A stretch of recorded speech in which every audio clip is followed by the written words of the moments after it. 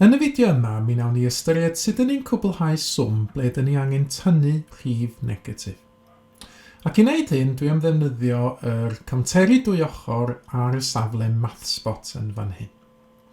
Nawr, cyn i ni fynd ati ag ystyried sut dyn ni'n tynnu rhif negatif, gadewch i ni ystyried swm ychydig y fwy syml be dyn ni jyst yn tynnu'n arferol.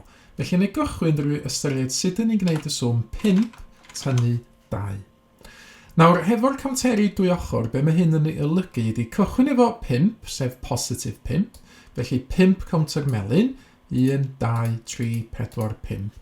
A wedyn, yn llythrenol, dyn ni angen tynnu 2 counter melyn i ffwrdd. Felly, mae hynna'n golygu bod ni jyst yn symud allan o'r ffordd 2 counter melyn, a wedyn dyn ni'n cyfri beth sydd ar ôl, wel, dyn ni'n gallu gweld bod yna 3 counter melyn ar ôl, felly mae 5 tynnu 2 yn hafal i 3.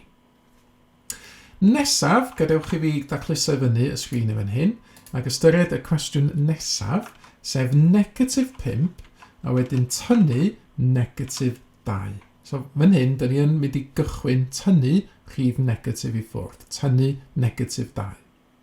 Nawr, hefo y camteri dwy ochr, be mae hyn yn ei olygu ydy cychwyn hefo negatif 5, sef 5 counter coch, 1, 2, 3, 4, 5, a tro hyn, dwi eisiau tynnu i ffwrdd negatif 2. Dwi eisiau tynnu i ffwrdd felly 2 counter coch. Wel eto, fydda i jyst dynnu i ffwrdd, symud allan o'r ffordd, 2 counter coch, a cyfri beth sydd ar ôl, wel 3 counter coch, felly negatif 3. A dyn ni'n gallu gweld felly fod negatif 5 tynnu negatif 2 yn mynd i orfo fod yn hafal i negatif 3.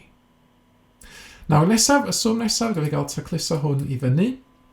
Gadewch chi'n ystyried sut dyn ni'n gwneud 5 tynnu ffwrdd negatif 2. Nawr, efo'r camteri dwy ochr, be mae hyn yn ei olygu, ydy cychwyn efo 5, positif 5, 5 counter melyn, 1, 2, 3, 4, 5, a dyn ni eisiau tynnu i ffwrdd yn awr negatif 2.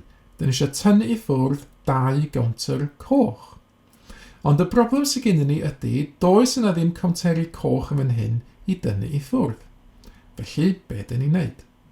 Wel, yr ateb ydy cyflwyno parau 0 i fewn i'r cwestiwn. Nawr, mae par 0, cofiwch, yn golygu 1 counter melyn ac 1 counter coch, gyfer un o ar wahân yn fan hyn. Mae par 0 fel hyn yn cynrychioli y rhif dim, neu y rhif 0. Mae positif 1 a negatif 1 yn canslo allan, fydde ddangos yn y MathSpot drwy roed 1 ar ben y llall, maen nhw'n canslo allan i roed 0. Felly, y 5 counter melyn sydd gennym fi ar y sgrin yn fan hyn, a mae dal yn cynrychioli positif 5 os dwi'n cyflwyno 1 par 0 fan hyn ac 1 par 0 arall yn fan yma.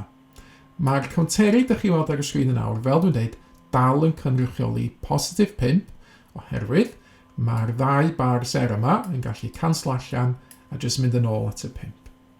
Nawr, pam dwi eisiau cyflwyno 2 bar 0 fan hyn, gyfer un yn ôl? 1 par 0 a'r ail bar 0.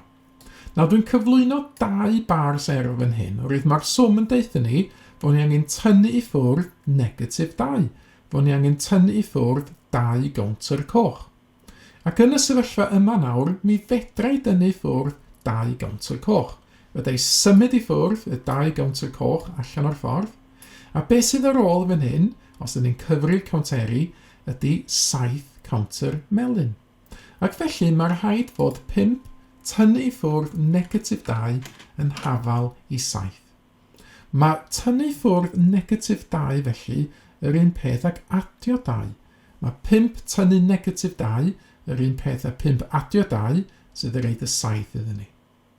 Ac un enghraifft olaf, os na i dacluso sgrin i fyny, rhaid un swm arall i fewn, gadewch i ni ystyried y swm 7 tynnu negatif 4. Wel, tro hyn, fysa hynna'n golygu cychwyn efo 7 counter melyn, 1, 2, 3, 4, 5, 6, 7, a gan fy mod i eisiau tynnu i ffwrdd negatif 4, mae rhaid fi gyflwyno 4 par 0 i fewn i'r sgrin. Felly, 1 par 0, ail par 0, trydydd par 0, a wedyn pedwerydd par 0. Drwy gyflwyno 4 par 0, mi fyddai rwan dynnu I ffwrdd negatif 4, hynny ydy fyddai dynnu I ffwrdd 4 counter coch.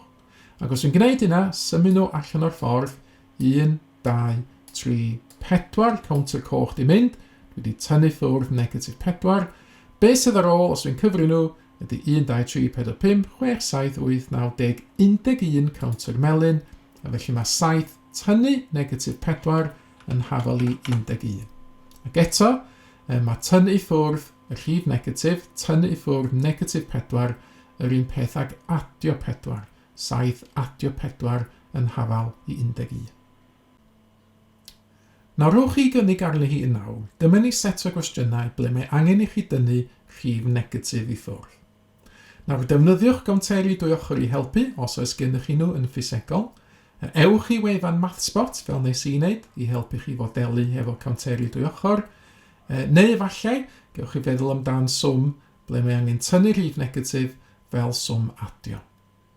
Ac unwaith ydych chi gael amser I feddwl am eich atebion eich hun, cymharwch nhw wedyn yn erbyn yr atebion cywir sydd yn nawr yn cael ei dangos ar y sgrin. Mae mwy o fideos adolygu ar gael ar ein sianel YouTube Adolygu Mathemateg. Am y newyddion diweddaraf neu holi cwestiwn, dilynwch ein cyfrif trydar @Mathemateg. Neu ewch i'n gwefan www.mathemateg.com am fwy o adnoddau adolygu.